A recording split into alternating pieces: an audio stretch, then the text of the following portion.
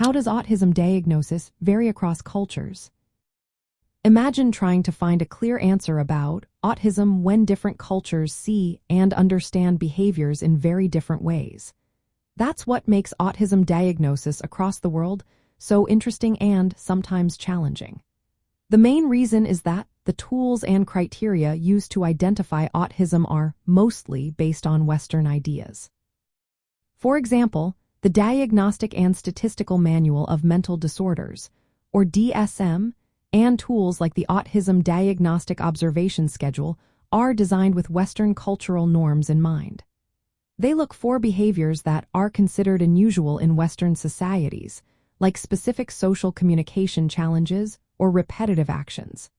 But in other cultures, those same behaviors might be seen differently.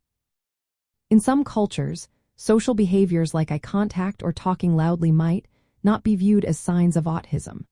For instance, in some Asian cultures, avoiding eye contact is a sign of respect rather than a social difficulty. So, a child who avoids eye contact might not be seen as having a social communication problem in that setting.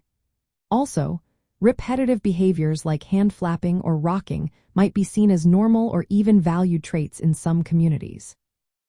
This means that children might not get diagnosed because their behaviors don't match Western expectations.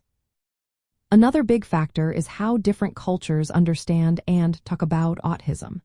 In many non-Western societies, there might not be a specific word for autism. Instead, families might see these behaviors as spiritual or moral issues. They might turn to community or traditional healers instead of medical professionals. This can lead to delays in diagnosis or no diagnosis at all. Timing also varies.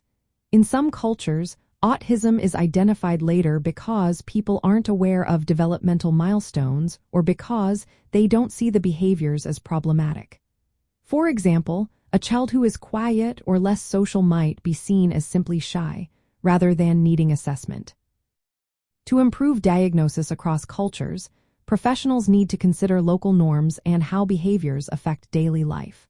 Using culturally sensitive tools and understanding different perspectives helps ensure children get the right support. It's important that diagnosis and screening are adapted to respect cultural differences.